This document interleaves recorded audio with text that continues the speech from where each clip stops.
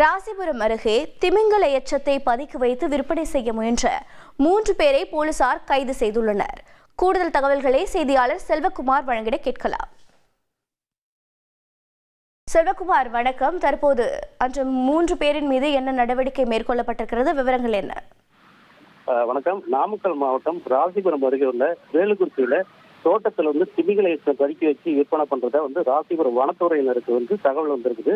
அந்த ரகசிய தகவல் எடுத்து சம்பவ இடத்திற்கு விரைந்து சென்ற வனத்துறையினர் அங்கு விற்பனைக்காக வைக்கப்பட்டிருந்த பல கோடி மதிப்புள்ள 18 கிலோ எடை கொண்ட திமிங்கல எச்சத்தை பறிமுதல் செய்தனர். மேலும் அதனை விற்பனை செய்ய முயன்ற வேலுக்குறிச்சி பகுதியைச் சேர்ந்த வெங்கடேசன் மற்றும் சேலம் மாவட்டத்தைச் சேர்ந்த அப்துல், ஜலீல், ரவி ஆகிய 3 வனத்துறையினர் கைது செய்துள்ள நிலையில் கடத்தலுக்கு பயன்படுத்தப்பட்ட 2 கார்களையும் பறிமுதல் செய்தனர். தற்போது மேலும் வனத்துறையினர் அலுவலகத்தில் வைத்து விசாரணை மேற்கொண்டு வருகின்றனர். மேலும் தலைமறைவாக உள்ள 2 பேரை வனத்துறையினர் தேடி வர்றாங்க அப்படிங்கிறது குறிப்பிடத்தக்கது.